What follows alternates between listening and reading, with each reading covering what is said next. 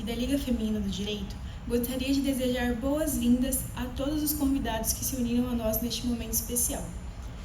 Cumprimentamos para a gente dialogar é esse, né?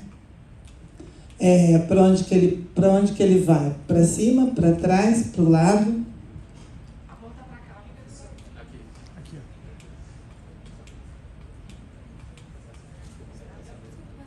Fica do lado. Na hora que treinou, deu certo. Tinha que ligar, né? Ela avisou. O tema que a Cris nos solicitou é um tema que, se eu coloco essas categorias aí como conceito, acho que dá um semestre inteiro para discutir. Né? Não consigo falar em 40 minutos, estourando 50, porque também depois disso ninguém presta atenção mais nada. E eu também não tenho aqui vai cair na prova, vai valer meio ponto. Então aqui tem que ser eu por mim mesmo, né? Mas é um tema que toda vez que nós formos dialogar sobre ele, vai chegar a discussão de raça, óbvio, etnia também, estereótipo, preconceito, etnocentrismo, racismo, discriminação racial, democracia racial. E quando a gente fala no racismo, nesse racismo estrutural, cada vez mais nós conseguimos identificar outras subcategorias, se é possível falar assim, relacionado ao racismo institucional, racismo recreativo, racismo ambiental, que são todos identificados a partir de marcador de raça. Então, toda vez que nós identificamos algumas desigualdades e quando a gente faz um recorte nessa desigualdade, nós vamos ter um recorte de gênero e vamos ter um recorte de raça, né? Então, isso é inegável. Não tem como, por exemplo, quero deixar um abraço, já vai ficar gravado para o Benhur, a semana está em homenagem ao Benhur, mas, por exemplo, não tem como nós não identificarmos a ausência de professores negros nessa instituição. Então, nós tivemos aqui Raimunda, no serviço social, e Benhur, que eu me recorde, né, do período que eu estive aqui, não sei como é que está agora. Quando eu fiz o curso de Direito, que eu formei em 1998 aqui, também na sala de Direito matutino, eu acho que tínhamos eu e mais 2 pessoas, no máximo, né? De lá para cá, a gente consegue identificar que há cada vez mais uma inserção, uma diversidade de pessoas que realmente estão constituindo a população brasileira, mas que muitas vezes estão fora. Não gosto da palavra marginalizado, mas que não estão incluídos na maioria dos espaços que depende, de certa forma, a acessibilidade, da inclusão, de formação, de mérito. Será? Né? Então, e já também aproveitar que eu chego até essa fala para dizer que foi mérito seu, né, Marciana? Você ter inserido, né? Agradeço, agradeço que você recordou, realmente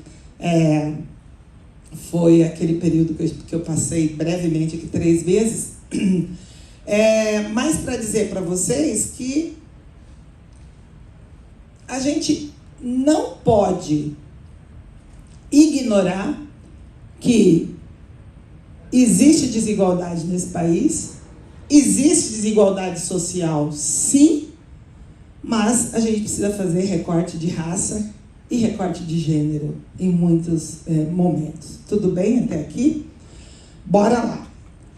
Quando nós discutimos raça e etnia, muitas vezes há uma confusão em relação a esses conceitos, e eu venho aqui para enfatizar mais a categoria raça, mas nós precisamos ter a distinção dessas 2 categorias, no sentido de entender que a raça, ela está mais relacionada às características fenotípicas da pessoa. E no Brasil, ninguém tem dúvida, ou não tinha dúvida de quem era preto ou pardo, até aparecer a política afirmativa. Quando apareceu a política afirmativa e as cotas, aí as pessoas começaram a ter dúvida, qual que é a minha cor, afinal de contas, né? Afinal, mas eu sou pardo. E aí, pardo cabe todo mundo, né? A gente costuma dizer que é um balaio de gato. Todo mundo se autodeclara pardo. Por exemplo, na minha certidão de nascimento está que eu sou parda, quando na verdade eu sou preta, né? Então, a certidão de nascimento para título de autodeclaração não conta, né? O que conta são as características fenotípicas. O fenótipo, o que aparenta. Eu costumo dizer que a polícia, na abordagem, ela não tem dúvida de quem é preto. Ela não tem dúvida nenhuma de quem é preto, de quem é pardo. Você chegar numa loja, um departamento, teve muita questão relacionada à Zara, ninguém tem dúvida, né, de que as pessoas que estão ali tenha certeza que pela sua aparência você não tem condições de comprar nada, né? Entrar numa concessionária e começar a olhar um carro, hoje eu tenho um Jeep Renegade e eu saí uma vez da academia e eu vou dizer que roupa minha de academia é aquela camiseta mais... Eu não tenho roupa, não compro roupa para academia. Eu vou com aquela bermuda lá, aquela camiseta da feijoada, sabe? Com as coisas que você vai guardando, é assim que eu vou para academia. Não tenho roupa toda para academia, não. Eu vou lá. Aí eu saio da academia e... falo, meu marido, vamos passar ali, vamos olhar o Jeep. E entro e sento.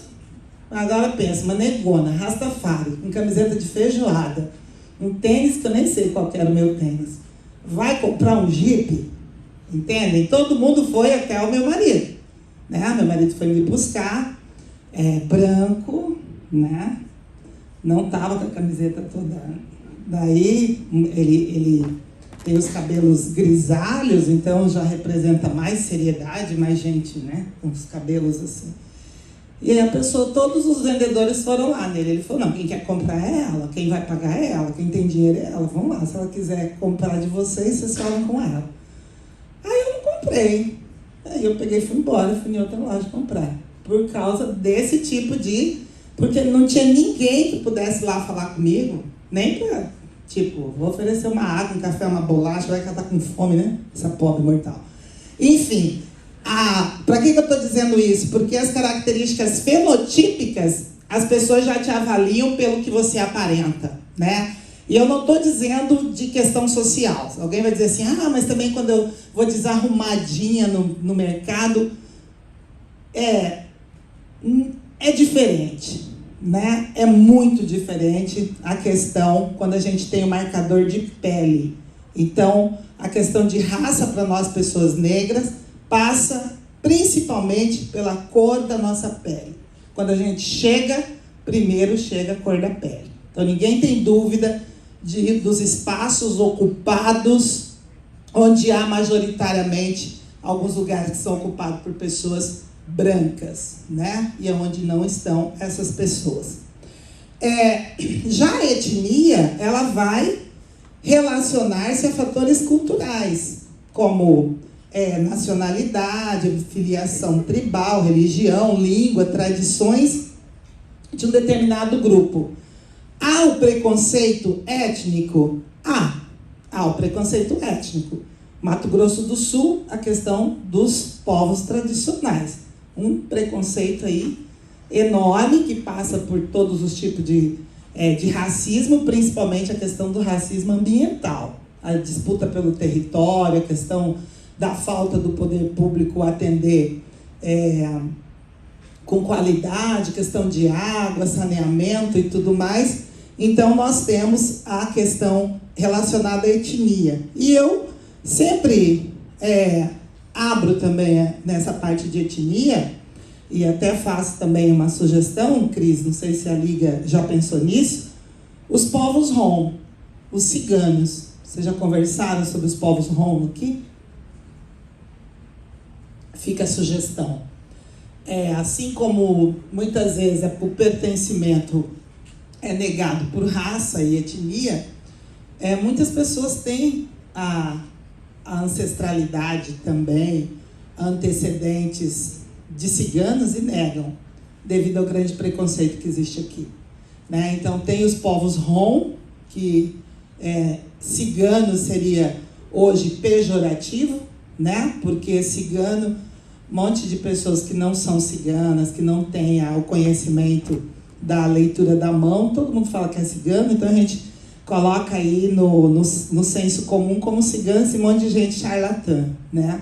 Como na verdade tem uma história muito importante, muito bonita. Tem o Pedro, que é da associação aqui, ele participa.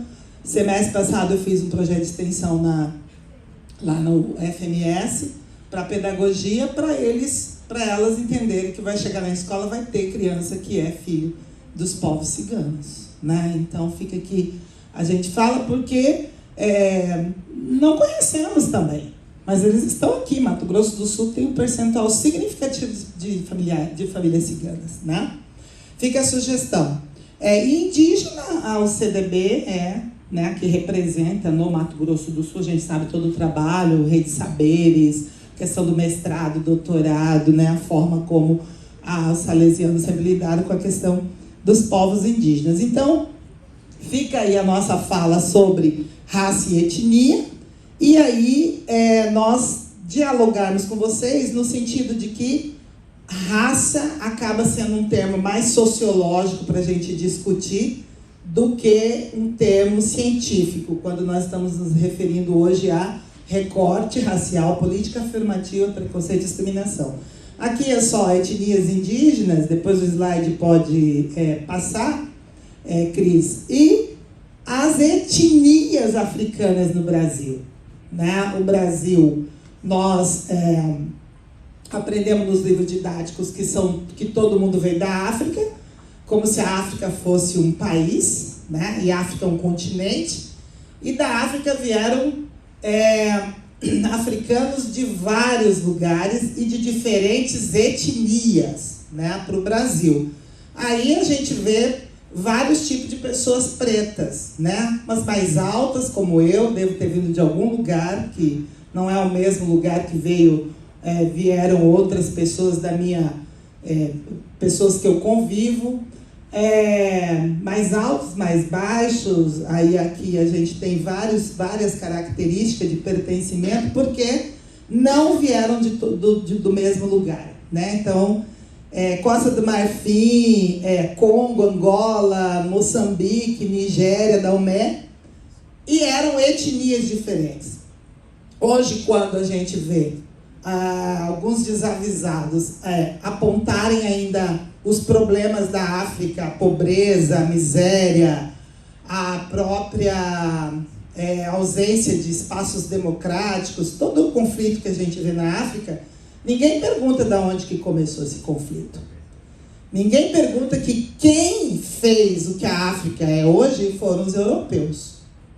Quem foi lá e dividiu a África em lotes e colonizou foram os europeus, que juntaram etnias que não tinha nada a ver uma com a outra, né? Então, na verdade, se vocês olharem África, continente africano antes da colonização, é um.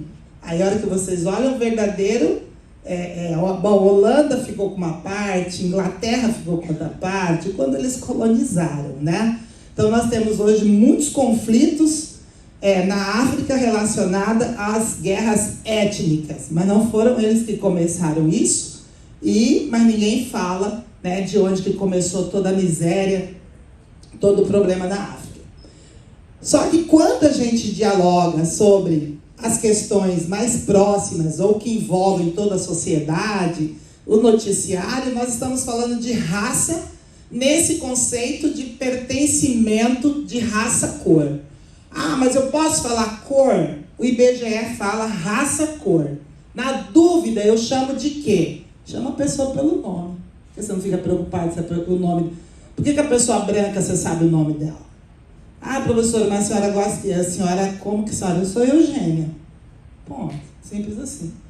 Mas eu posso falar que a senhora é negra, ou preta, ou afro-brasileira, ou morena, não sei. Se souber o nome, mas aquela minha amiga, sabe aquela minha amiga?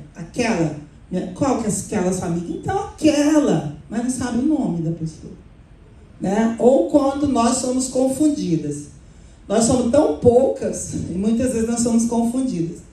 Ninguém confunde o nome de atrizes, atores brancos, mas vira e mexe confunde o nome de atores e atrizes negras. Por quê? Né, que existe isso? Por que não tem esse cuidado? Então, para a raça, cor no IBGE, é isso. Ou você se autodeclara como uma pessoa branca, preta, parda, amarela e indígena. Bom, indígena é pertencimento, identidade pela própria comunidade. Indígena se verifica características fenotípicas?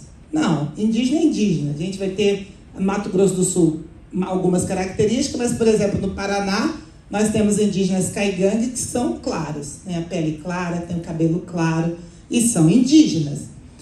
É amarela a população japoneses, os orientais. Parda e preta é que gera a categoria negra, né?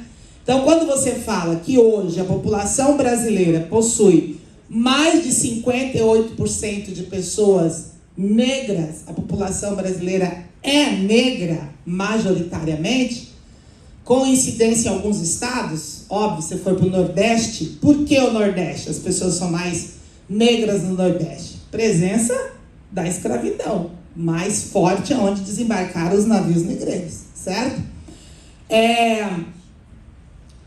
Essa categoria negra é utilizada sociologicamente para política pública, né? E a cor da pele branca, que aí os europeus, né? Na escola, quando eu estudei, não sei se os professores vão lembrar, porque vocês estão assistindo, são mais jovens, mas tinha mistura, daí falava assim, você tinha que estudar branco com preto, aí você tinha que responder lá, caboclo, negro, índio com preto, cafuso. A gente tinha que decorar lá para poder falar que não tinha nada a ver com o que o IBGE determinou hoje.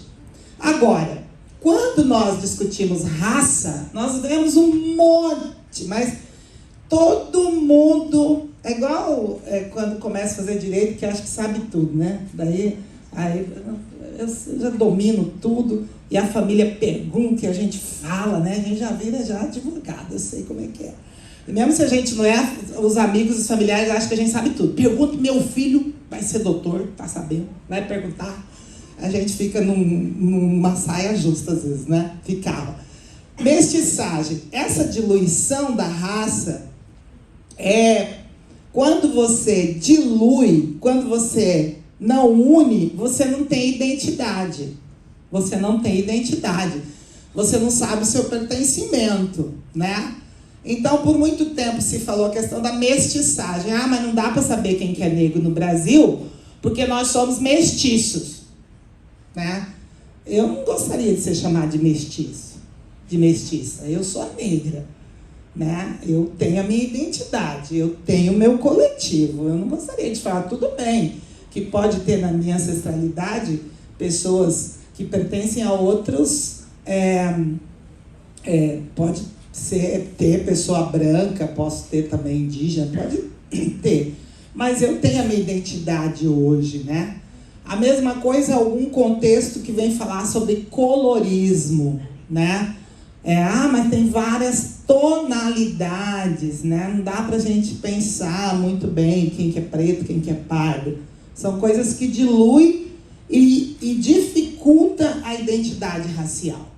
O mito da democracia racial também é outra coisa muito divulgada. Nós não tivemos o apartheid, realmente, né? Aqui, como foi Estados Unidos, África do Sul, teve a escravidão negra, terminou, ninguém pediu de negro casar com branco, branco casar com negro. Não temos esse apartheid diretamente e proposto pelo Estado. Mas aqui é bem pior, porque aqui o racismo é cordial, né? Aqui é bem pior. Aqui a pessoa finge. Então, acho que é melhor saber, né? Aqui a pessoa finge. A pessoa, tem um amigo negão, mas sabe nem o nome do amigo. Mas eu jogo bola com fumaça, com tizil. Mas como que é o nome dele? Você já convidou ele para um churrasco na tua casa? Nunca. Né? Então, é um racismo assim, eu não sou racista, é impressionante. Impressionante. Existe racismo na sociedade brasileira, mas ninguém é racista. Então, não consigo entender como é que é isso, né? Eu costumo dizer para meus alunos, tira a lente da colonialidade. Tira a lente de quem colonizou, tira a lente de polianismo aí e olhe o ponto de ônibus, quem pega ônibus. Olhe onde você vai. Quem vai no Outback, vai à feira, vai nos lugares e procure pessoas negras. Vá e procure. Elas não estão lá, não é porque elas não querem estar. Né? Quando eu chego no lugar, coco bambu, não é que eu tenho dinheiro que eu vivo no coco bambu, não, gente. De vez em quando, né? A gente pinta lá, porque é caro pra caramba, né? Melhor ir na feira que a gente, com a família toda, coco bambu não dá pra ir a família toda. A gente foge, vai escondido, eu e o marido. Depois os filhos, vocês foram, né? Posta lá no Instagram, não convidou a gente, então, né? Por um acaso a gente tava passando lá e nós fomos. É só olhar lá no coco bambu. Quando eu estou lá, eu fico olhando. E olha que às vezes eu vejo como eles são nordeste, né? Então, às vezes, os funcionários vêm, de vez em quando aparece um gerente negão lá, né? E eu converso para saber de onde que ele é. Não é daqui, mas veio treinado de outros. Eles fazem um rodízio lá com os funcionários, mas é só ter esse olhar. Mesma coisa Outback, a mesma coisa qualquer espaço que exige um pouco mais de condições financeiras para frequentar. Em compensação, vai lá no Noroeste, na frente do presídio, na visita, para você ver a cor do povo. E os doutores advogados aí, quem faz atendimento, que é do penal, sabe o que eu estou dizendo. Qual é a cor da prisão? Qual é a cor do presídio? Qual é a cor das diaristas? Né? Não tenha dúvida dessa desigualdade, que não é só social, ela é também racial. Ela é racial. E aí a educação faz toda a diferença, né? Faz toda a diferença. A possibilidade de ter acesso com a educação superior, com o direito, com a carteirinha da OAB na mão, tá difícil? Você imagine sem nada disso. Mas a partir do momento que você acessa, você tem conhecimento, você conhece pessoas, você vai fazer o estágio, você já vai tendo uma ascensão daqueles que não conseguem chegar no espaço como vocês conseguiram aqui. O discurso da igualdade, a igualdade que o direito fala, o princípio da igualdade, a Constituição Federal, norma hipotética fundamental, vocês aprenderam esse negócio aí? Aprenderam? A Magna Carta, a Constituição Cidadã, beleza, mas nós estamos falando de um princípio formal. É muito bacana que todos nós somos iguais perante a lei, sem distinção, blá, blá, blá. Lindo, maravilhoso. Mas que na prática ele precisa do princípio da equidade. O princípio da igualdade, ele não dá conta de todas as desigualdades. Então nós precisamos do princípio da equidade. O princípio da equidade é que vai fazer chegar o direito aonde o princípio da igualdade não faz. Dizer que eu passei porque eu tenho mérito, eu passei em primeiro lugar, a minha nota eu só tiro 10, eu só tiro 9, que eu? Você quer comparar a mesma coisa? Se você acorda primeiro e você tem café na mesa, você já está de boa. Se você não vem para cá pegando 2, 3 ônibus, mais de boa ainda. Se papai e mamãe deixou você no ensino médio na frente e pegou de volta, chegou em casa e tem papá, tá tudo bonitinho, qual o mérito que você está falando, cara pálida? Agora eu quero ver o cara que está ralando o dia inteiro, a mulher que está trabalhando em call center, que pega não sei quantos ônibus para chegar aqui e fazer o curso de Direito. E tirar nota, e fazer tudo que precisa, depois fazer estágio, e chegar nos 5 anos e passar na OAB. Qual que é o mérito? Não estou dizendo que agora é culpa minha se eu tenho, não. Estou dizendo isso. Beleza, quem tem, ótimo. Mas essa discussão de meritocracia, por favor, né? Por favor. Que é a mesma coisa das cotas. Ah, mas isso tem cota. Tem cota, disputa 50% entre eles. Que vem da escola pública, que não tem professor de química, não tem professor de física. É aquele rolo, quem sabe, melhorou muito o ensino médio público. Quem veio do ensino médio público sabe o que eu estou dizendo. E a gente tem também a questão cultural. Uma coisa é eu ter pai e mãe, professor, advogado, juiz, e outra coisa é ter um pai e mãe que eu sou o único a chegar na universidade. Qual é a minha bagagem? Com quem que eu dialogo? O que que eu aprendo? O que que eu sei de cultura? Que livro eu li? Em que lugar eu fui? Eu viajei para onde? O que que eu conheço do Brasil? O que eu conheço do exterior? A gente está falando de muitas desigualdades e, além da desigualdade, a gente está falando do racismo. Ah, mas eu sou pobre, eu também pego ônibus, ok. Ah, mas ok. Só que para a pessoa preta, a cor da pele, a pessoa implica com ela. Além dela ser pobre, a cor da pele também é uma questão, até para questão de estágio. Eu fiz doutorado investigando quem ingressou pelo ProUni, nos cursos de Direito da UCDB, da Uniderp e da UNAES. E aí, na minha tese, quem quiser ler depois, só colocar Eugênia Portela Siqueira Marques, tese de doutorado, vai lá no capítulo para olhar o quanto que os meninos pretos fazendo estágio sofreram nos escritórios, nos órgãos públicos. Sumiu uma vez alguma coisa lá, o primeiro que foi acusado, que pegou, foi o estagiário preto. E eu não tinha pego nada, depois a pessoa achou, tinha guardado no lugar errado. Vocês entendem? Então sempre há uma questão muito forte para a sociedade relacionada aos estereótipos, né? Essa negação da cor no registro de nascimento, né? Eu perdi minha carteira do meu RG, fui tirar outra carteira, aí preenchi tudo lá, daí o menino olhou para mim e escreveu lá, parda. Eu falei, eu sou preta. Ele, não, a senhora é parda. Eu falei, eu sou preta, você também é preta, você é da minha cor. Aí ele ficou assim, né? Eu falei, mas eu sou preta, coloca aí na identidade que eu sou preta, eu não sou parda, né?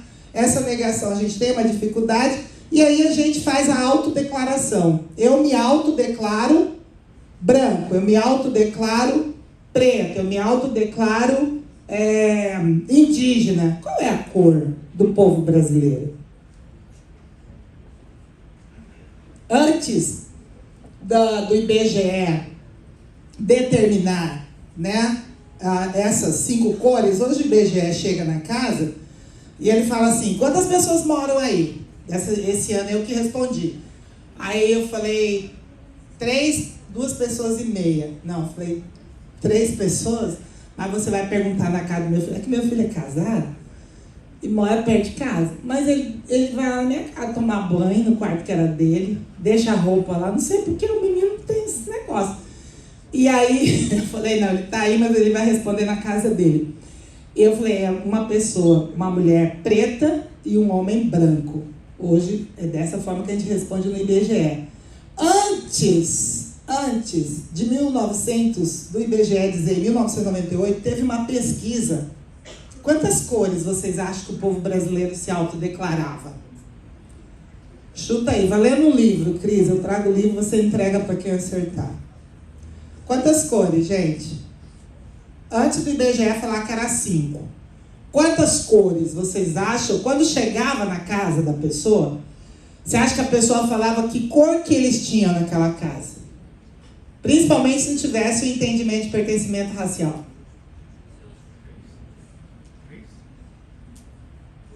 Pode subir isso aí. Mais. 10. Mais.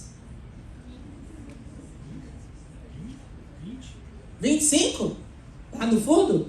25? 15? Quem dá mais? Sobe, povo. Esses estão... Aquela tá assim, 5, 10, 15, 20... 50 lá, o fundo. Quem dá mais?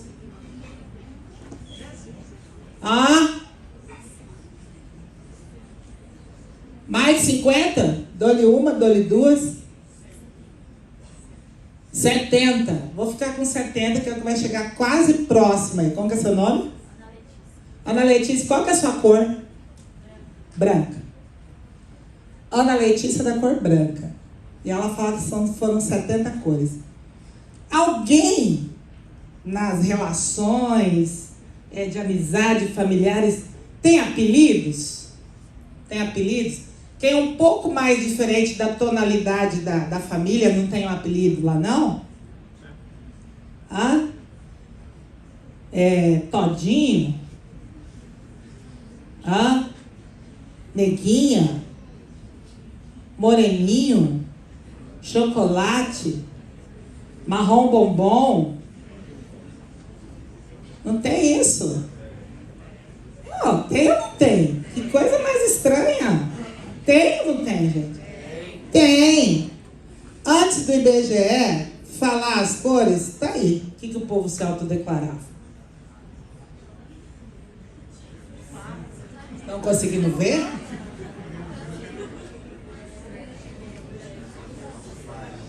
Lá do fundo, o pessoal está conseguindo ler? Não? Aqui para frente. Vou ler alguns aqui, Mulata, moreno queimado, pouco moreno. O que é uma pessoa pouco morena, gente? Me fala. Parda clara, mulato médio, morena trigueiro. Deixa eu vir pra cá, ficar mais perto, que eu também. Bronzeada, branquinha, branca escura, alva, branca encardida, branca escura, leite, jambo. Jambo. A minha mãe dizia assim. A minha mãe casou, meu pai era um cuiabano neguaço que fala. Neguaço é aquela pessoa negra da pele clara, mas o cabelo bem grenho. Geralmente é mais encaracolado do que o cabelo da pessoa negra com cabelo afro. Ele era cuiabano, quase 1,90 m. Eu pareço de composição de corpo ele e de fisionomia minha mãe. Então são falecidos, meus pais. Mas ela contava pra gente, criança, vocês devem ter ficado alguma coisa na lembrança assim, falava, gente, mas é isso então que a minha mãe falava, né? Que os adultos acham que criança é bobo, né? A gente só não fala, a gente entende um monte de coisa, mas as pessoas não pensam assim. Minha mãe falava assim, olha, minhas filhas, quando eu morei na Bahia, ela era do interior de Salto da Bahia, eu namorei um moreno, ele era lindo, moreno cor de jambo. Eu cresci falando, eu quero um moreno desse pra mim. Minha mãe falava que era um moreno lindo. Só que quando eu cresci, tinha um pé de jambo na minha casa. Vocês sabem o que é jambo? Conhece jambo? Todo mundo? Não tem problema não conhecer não, gente. Porque é uma fruta que não é tão comum. Mas ela tem o jambo que é verde e fica amarelinho. E tem o roxo, mas eu não conhecia o roxo. E na minha casa só tinha o verde. Eu falei, mas eu não quero esse moreno. Esse moreno, que cor que é essa? Um verde amarelado. E dentro tinha um caroço. Aí o caroço que era cinza. Aí eu falei, bom, deve ser esse moreno que também não quero. Porque não tem nada a ver, esse caroço cinza. Não era nada do que eu pensava. Mas a fruta era muito cheirosa. Jambo é muito cheiroso. Aí eu imaginava como criança que é porque devia ser um moreno cheiroso. Então eu queria também um moço cheiroso, né? Para vocês verem o quanto que diluía. Cabo Verde. Provavelmente ela conheceu um homem negro que deveria ter a pele mais perto do pardo do que do preto, para ela ter falado da questão do moreno cor de jambo. Mas para vocês verem o tanto que dilui a identidade. Fala para o marido, nossa, você casou com uma mulher morena, morenaço, né? Não é morenaço, é uma pretona grande, sou eu, né? Mas compreendem como que a questão de falar cor também tem uma pessoa, né, coloca aí essa questão da mestiçagem, do colorismo. Então nós tivemos por muito tempo isso, né, a questão do pertencimento. por raça-cor. E o pertencimento por raça-cor, pensando em política pública, dificulta. Fui diretora de escola há 17 anos, escola pública, municipal. E teve um momento que pedia para a matrícula colocar o nome da criança, a cor da criança. Né? Por quê? Se tem Provinha Brasil e avaliação externa da rede municipal, a gente fazia o recorte para ver quais as crianças que tiraram a menor nota, qual a criança que tirou a maior nota. Importava para a gente cor, raça, porque quando você ia fazer o recorte, as crianças pretas é que estavam com as piores notas, né? Então, importava falar o pertencimento, mas e para as famílias falarem? A dificuldade que era. Essa negação do pertencimento. Então, a secretária lá falava, Eugênia, aquele pessoal que está fazendo matrícula lá é da tua cor, mas eles estão falando que são branco. O que eu faço? Aí eu chamava, nós falávamos, gente, nós somos tudo preto, entendeu? Vocês têm que escrever lá, nós somos pretos, mas eu explicava o porquê da importância, né? Mas aí essa negação, quando a pessoa fala, a própria pessoa negra que se discrimina, olha, você vai querer ficar, no meu caso, porque quando chegava na escola não tinha nada que fizesse eu sentir orgulho da minha identidade. Os anjos brancos, as mulheres, as princesas, todas lá, magérrimas, lindas, loira do azul, branca. Né? Os professores, o mundo era branco. E você queria que a pessoa negra se autodeclarasse, enfrentasse tudo isso sozinha? Como? Com que referencial? Né? Aí preto, quando aparecia na escola, era 13 de maio. Daí eu chegava na escola, tinha que ainda ficar passando por todo aquele corredor, aquele bando de gente pendurado lá, apanhando, que era o que eu tinha de referência de 13 de maio, era aquilo ali. Eu sou fruto dessa escravidão. Eu sou, meu antepassado foi isso, escravo. Na escola, ninguém me contou sobre Dandara. Até o Ben-Hur fazer a lei em 2003, ninguém falava de Zumbi dos Palmares, ninguém falava de Milton Santos, que é reconhecido geógrafo, conhecido internacionalmente. Ninguém falava de Abdias Nascimento. Eu não tinha referencial positivo para ter orgulho do meu pertencimento. Então, como que eu ia sentir orgulho do quê? Né? A minha referência era lá, o 13 de maio, a questão da escravidão, daí esse giro epistemológico provocado pela lei de pensar o 20 de novembro ao invés do 13 de maio. E aí nós temos o estereótipo, que é esse sentimento hostil, né, que nós temos a partir da intolerância, a partir do que a gente olha, a partir do que a gente vê. E a questão do estereótipo, tanto em relação à raça, a questão, a comunidade LGBTQIA+, né, a pessoa achar que ela pode ofender, que ela pode bater, que ela pode criticar, porque ela foi formada e ela considera a heteronormatividade, o padrão, e por causa disso ela não aceitar as diferenças. Os estereótipos geraram esse entendimento aqui de pessoa negra, né? Então a gente tinha isso na escola, simplesmente assim. Ou a ideia da mulata tipo exportação, do samba, da mulher negra, fogosa, bonita, fácil. Né? A herança da colonialidade deixou pra gente essa ideia de que a mulher negra é para transar, branca é para casar. Né? A mulher é quente, aquela banda de conversa fiada, ou que porque é preto tem que sambar, né? Ou porque é negro você tem que... A pessoa às vezes chega, eu gosto de dançar, danço bastante. A pessoa às vezes chega, você não está afim de dançar. E a pessoa fala, por que você não dança? Samba aí é um samba, ó, samba. Ué, sou obrigada a sambar? Gente, samba se eu quiser. Mas tem essa... e eu não estou falando de pessoas estranhas, não. Estou falando de pessoas próximas, amigos, inclusive, que não, às vezes, cai a ficha. E nós tivemos aqui, para vocês que são mais jovens, não sei se lembram dos Trapalhões, mas se vocês olharem, quem não assistiu, se olhar os Trapalhões e olha lá os casos de racismo identificados nesse programa. E esse programa que passava no horário, as famílias brasileiras assistiam os Trapalhões. A gente ficava todo mundo na frente lá, Quem não tinha televisão ia para casa do vizinho assistir os Trapalhões. Eu ainda peguei a época que não tinha luz em casa. Aí a gente, vizinho, nós vamos tomar chimarrão aí e vamos assistir os Trapalhões. E as criançadas sentavam tudo, ficavam assistindo os Trapalhões. E quem era o sujeito com mais estereótipos negativos?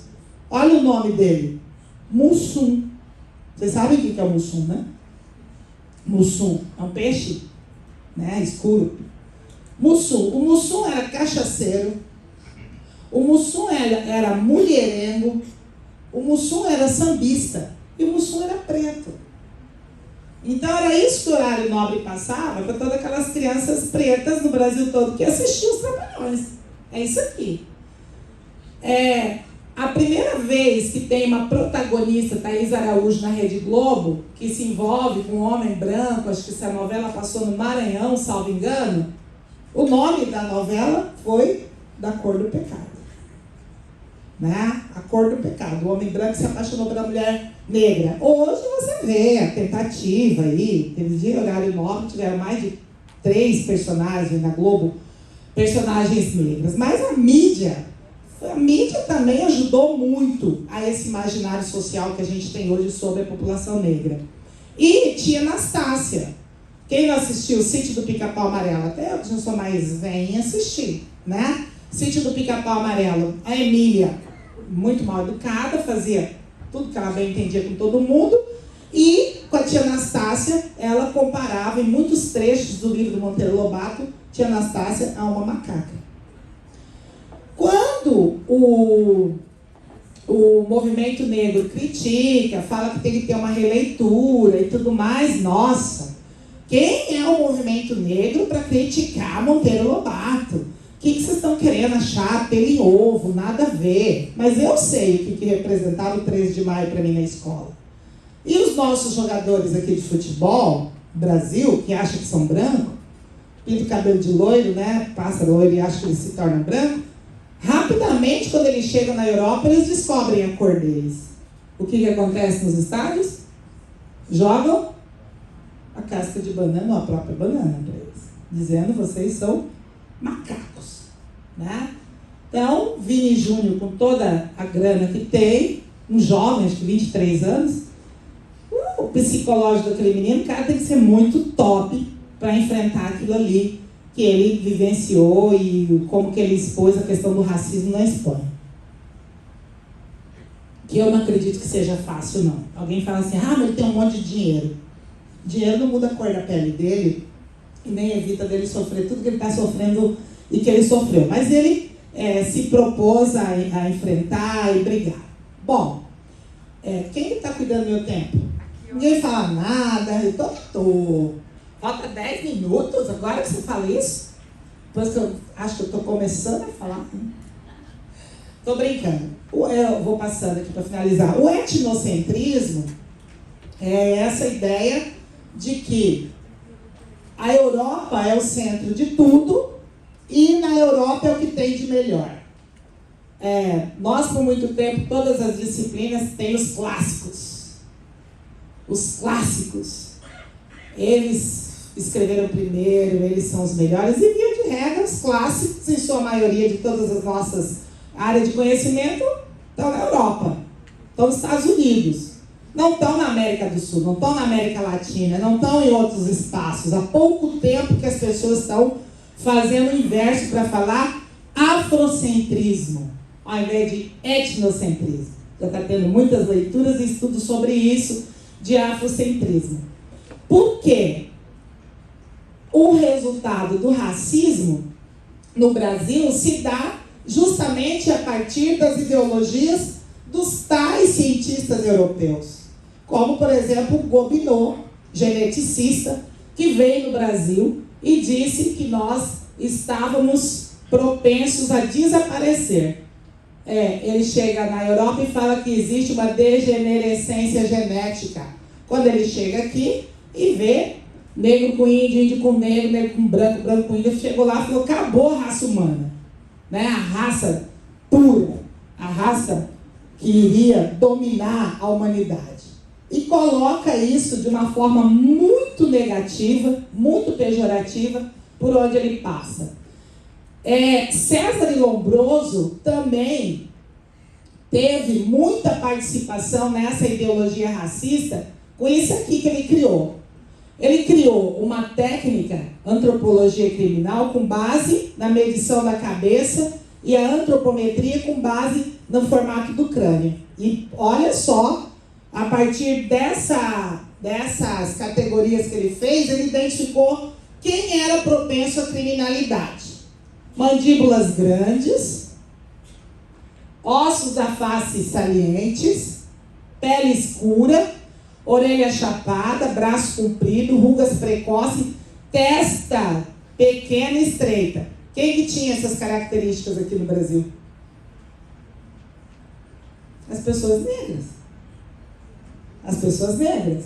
E ainda ele vai. Também propenso à criminalidade, a epilepsia, o homossexualismo e a prática de tatuagem. Né? Ou seja, heteronormatividade pura, etnocentrismo puro, tudo que está fora desse padrão pode ser considerado uma pessoa perigosa. No Brasil, Nina Rodrigues, professor de medicina legal, bebeu dessa fonte e também foi junto nessa, escrevendo várias coisas. Daí a teoria do branqueamento, na metade do século XIX, primeira do século XX, no sentido de tentar limpar a raça, fazer o clareamento. Esse quadro aqui, Redenção de Cana, não sei se vocês já viram, é uma pintura a óleo, né, do Modesto Brockes, de 1895, quando ele retrata a miscigenação, né? Então, um homem branco, uma mulher parda, saiu uma criança mais clara, e a avó, provavelmente a mãe, dando graças a Deus, né, por ter limpado a raça. A gente via muito isso. Quando éramos mais jovens, falava, casa com um homem branco para limpar a raça, né? Casa com uma mulher branca para limpar a raça ir clareando, para ficar uma raça melhor. Era muito comum na nossa época ouvir isso. Então nós temos a origem do racismo, além da questão da escravidão, toda essa herança da colonialidade que ficou relacionado praticamente ao fenótipo. E esse racismo estrutural, ele também é institucional, ele vem para dentro das instituições. Então, há pouco tempo, a partir da década de 90, a política afirmativa na graduação, em 2014, a política afirmativa nas instituições públicas, de ter uma reserva de 20% ou 10% de cotas raciais para pretos, pardos, indígenas, pessoa deficiente, é que a gente começa a enfrentar esse racismo institucional, institucionalizado, estrutural e estruturante, né? Nós costumamos ver os filmes norte-americanos, os atores, né? Hollywood demorou também para reconhecer, dar papel significativo de protagonista para mulheres e homens negros, mas a impressão é que nós tínhamos que nos Estados Unidos tinha bem mais população afro-americana do que no Brasil, né? Do que pretos no Brasil, tanto que aparecia. O tanto que a política afirmativa lá foi no início e efetivou também pós-universidade. Então, o racismo é estrutural, tem o racismo individual, né, mas é estrutural. E nós estamos vendo, agora, recentemente, um movimento para o governo Lula, para o presidente Lula, indicar uma mulher, e uma mulher negra no STF. Está todo um movimento.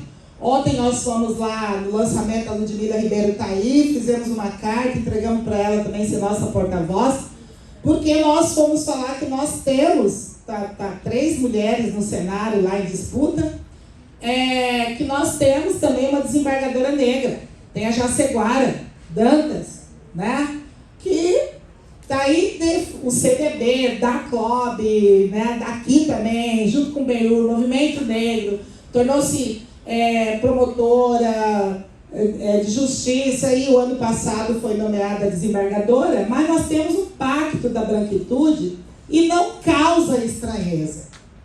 Então, onde a gente vê a legitimidade que está ali, na pessoa branca e, via de regra, homem. Homem branco ocupa o poder e está tudo certo, né? Aí, quer dizer, não está certo, mas está tudo muito combinado com esse pacto da branquitude, né?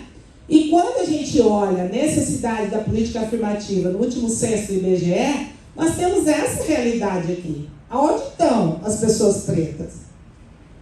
Né? Quais os espaços, esse racismo estrutural leva as pessoas pretas para onde? Eu sei onde está. Se eu passar numa obra de manhã cedo aí, a maioria é preta. Eu sei onde eles estão. Mas se eu chego na Assembleia Legislativa, a maioria é branca. Se eu chego na Câmara Municipal, a maioria é branca. Se eu chego no Tribunal de Justiça, a maioria é branco. Se eu chego, onde eu chego, né? A maioria é branca. Bom, de 2010 para cá, né, a gente tem 2014, a política afirmativa no concurso público, é possível que tenham tido algumas mudanças. Então, 56% da população negra, apenas 18% de magistrados, apesar do aumento de candidaturas negras também à Câmara de Deputados, a gente continua verificando que poucos são eleitos. Nos grandes escritórios de advocacia, somente 1% desses escritórios são pessoas brancas. Pessoas negras. E quando a gente faz o debate da importância de uma pessoa negra no STF, aí alguém fala assim, mas tem o Joaquim Barbosa, e vocês lembram que aquela vez ele votou não sei o quê, e pau, né? Mas os outros que estão lá, que são brancos, ninguém fala nada. Do tanto que a gente já viu, de Gilmar Mendes, né? Toffoli, não dá nem pra, se a gente for coisas que a gente concorda, ou que a gente discorda, o próprio Zanin, que chegou agora, a primeira, já criou toda aquela discussão na sociedade, mas todo mundo lembra dele. Então nós temos aqui as mulheres negras que estão sendo indicadas agora, está todo mundo falando Lula, toma um café com elas, né? Conheça a Soraya, a Lívia, né? A promotora de justiça, e a Adriana Cruz, estão no movimento. Essa aqui é a Jaceguara, esses foram indicados, né? Para a vaga, e a Jaceguara assumiu. E nós temos, para finalizar mesmo, o racismo recreativo, que é esse racismo camuflado em piada, né? O humor hostil, brincadeiras disfarçadas de ofensa contra grupos específicos, né? As piadas, de uma forma em geral, elas são para inferiorizar, né? Se é sobre países, o Brasil sempre é o pior. Se é relacionado a gênero, a mulher sempre tem uma piadinha para a mulher. Se é relacionado a pertencimento racial, negro, indígena, os orientais, né? Que também sofrem com essas questões. Então, eu costumo dizer o seguinte, se machuca, não é humor. Se machuca, não é humor. Humor é, se for ficar legal, não é se tornar uma pessoa chata, mas querendo ou não, a gente fica. Porque na minha família, o pessoal fala, você postou isso aí, você vai ver, o Eugênia já vai falar. Eu vou falar mesmo. Porque eu não posso normalizar o que está indo contramão de tudo que a gente avançou. Então, meu irmão mesmo aposentou, foi motorista da aviação serrana há bastante tempo. E ele ficava num grupo de amigos que fazia piadas de negros e ele reproduzia a piada no nosso grupo, da família. Daí um dia eu sentei com ele e falei, mas você sabe que essa piada é sobre você? Você é isso que eles estão falando na piada? Não, não sou. Então por que você aceita e reproduz? Entende? Reproduzia para se sentir pertencente àquele grupo e achava que está tudo bem. Eu falei, não está bem. Não está nada bem. Né? Então é muito sutil. A piada, o humor, ele é muito sutil. Ir para algum lugar para me falar piada e inferiorizar a mulher, dificilmente eu vou ficar quieta na plateia. Dificilmente eu vou erguer a mão e falar, meu filho, vamos melhorar essa piada aí, porque não tem nada a ver, porque não é assim. Né? Gênero, questão de machismo, a população LGBTQIA+, não tem como você usar as diferenças para você se projetar como humorista. Sinto muito, né? Eu não acho graça se aquela piada machuca alguém. Então, para mim, não tem graça, né? Tem a lei 14.000 14.532, né, publicada esse ano, vocês devem ter acompanhado, em janeiro, que equipara injúria racial ao crime de racismo, mas nós temos muita dificuldade. Quem está na delegacia? Quem recebe a denúncia?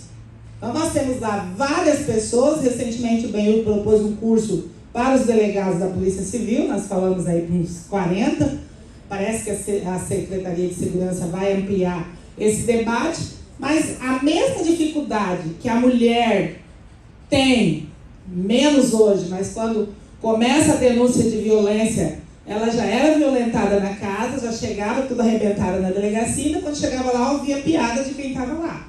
Pessoa despreparada para fazer o registro. Então, ao invés de fazer o registro, você queimou arroz? Absurdo. Que era nesse nível. Melhorou um pouco, mas era nesse nível. O que você fez? Você desagradou seu marido para ele te bater. Né? Então, esse enfrentamento com a violência de gênero, nós ainda temos com a violência religiosa, por exemplo. Né? Eu já tive perto da minha casa vários templos de igrejas evangélicas que fazem um culto barulhento. Né? Que oram, que... Ok, tudo bem, tem horário lá para terminar. O que eu vou fazer? Eu vou respeitar. Mas quando é religião de matriz africana, é denúncia em cima de denúncia. Aí passa o tempo todo lá a viatura para ver por que os vizinhos estão reclamando. Então, o racismo religioso ainda é muito presente, tem bastante perseguição, e quando essas mães de santo, pai de santo, chega para fazer o registro dizendo que é racismo, muitas vezes não consegue registrar. Né? Mesmo que tenha o decibéis lá, que eles têm que verificar quando vai, não configura como barulho acima do permitido, mas a pessoa vai para a delegacia, faz boletim de ocorrência e tudo isso. O racismo ambiental, sempre que nós formos fazer o recorte da ausência da política pública, tem uma cor, né? Qual é a cor dessa população que mora nas favelas? Campo Grande tem favela, gente? Campo Grande tem favela? Tem. Quantas? Mais ou menos. Quem já foi numa favela aqui em Campo Grande? Ergue a mão. Quem já fez uma ação? Quem já foi lá fazer alguma coisa, conversar? Né? Tá aqui, esgoto aberto, mais de 20 dias, a favela Mandela, falando aqui, e ninguém toma nenhum tipo de providência. O esgoto está correndo dentro das casas. Terminou, né? Quando a gente vê a falta do poder público no esgoto, no saneamento, faz um recorte, por isso que a gente fala que é racismo ambiental. A mesma questão que vocês viram em Brumadinho, que até hoje as pessoas sofrem com a questão do rio atingido. A desigualdade no Brasil existe também pela absurda concentração de renda. Então, isso aqui é penthouse, edifício com uma piscina por andar, ao lado da Paraisópolis, daquela favela onde o povo desceu pau no pessoal, matou um bocado depois da festa. E aí pode passar esses slides, as informações para eles, quem quiser, para os professores. E aí a questão da meritocracia, com essa charge aí, dizendo como é que para nós, mulheres, né, para a gente correr nessa raia, até para sair de casa, a pessoa tem comida pronta, se descongelou o bife, o que eu vou fazer, isso e aquilo vem, né? Pode ser que alguns homens também façam isso, mas em sua minoria, a questão da luta em todos os lugares relacionados às mulheres negras. E aí eu tinha deixado esse aqui para falar também dos algoritmos racistas, né? Que nós estamos evoluindo, mas quem lida com o algoritmo também, se for colocar um perfil de uma pessoa que é racista, vai usar também esse avanço tecnológico para prejudicar, não para favorecer. Aqui são várias mulheres negras que são cientistas, né, reconhecidas na física, na química, na geografia. E dizer que, com a Lélia Gonzalez terminando mesmo, a gente nasce preta, mulata, parda, marrom, roxinha, né, e todas aquelas categorias de cor, mas tornar-se negro é uma conquista. E aí, para mim, hoje, ser essa mulher negra, militante, ter enfrentado todas as questões e estar aqui conversando com vocês, dialogando com vocês, é mesmo a perspectiva de que a gente pode, sim, tornar essa sociedade menos racista, mais democrática e mais humana. É isso. Um beijo para vocês, axé. Desculpa se eu preconceito.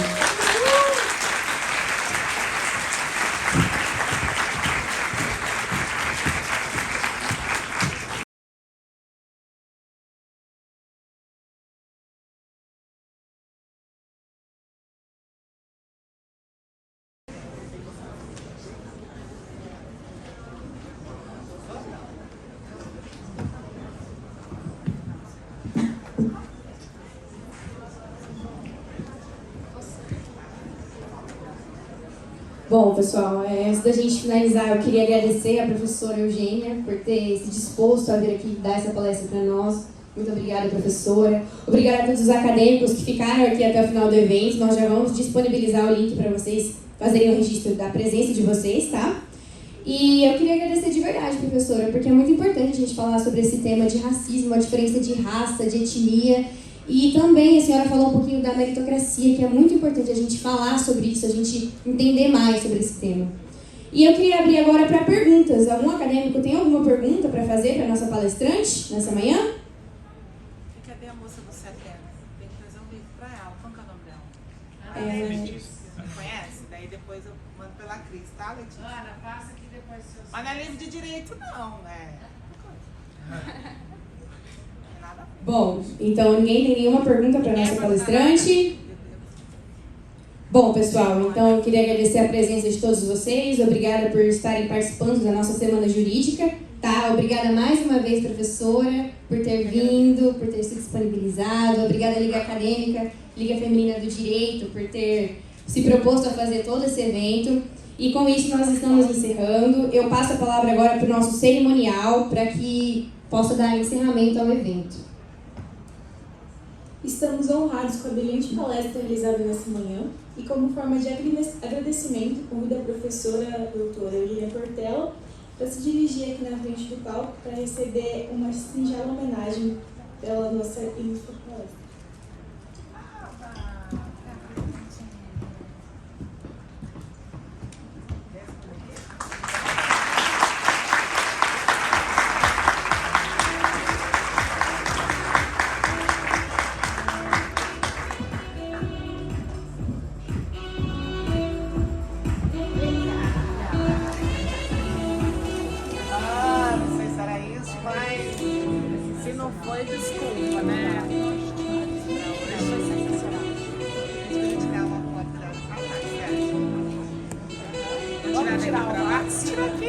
Finalizando com esse quarto dia de evento da Semana Jurídica dos Cursos de Direito da CDB, professora Ana Ferreira,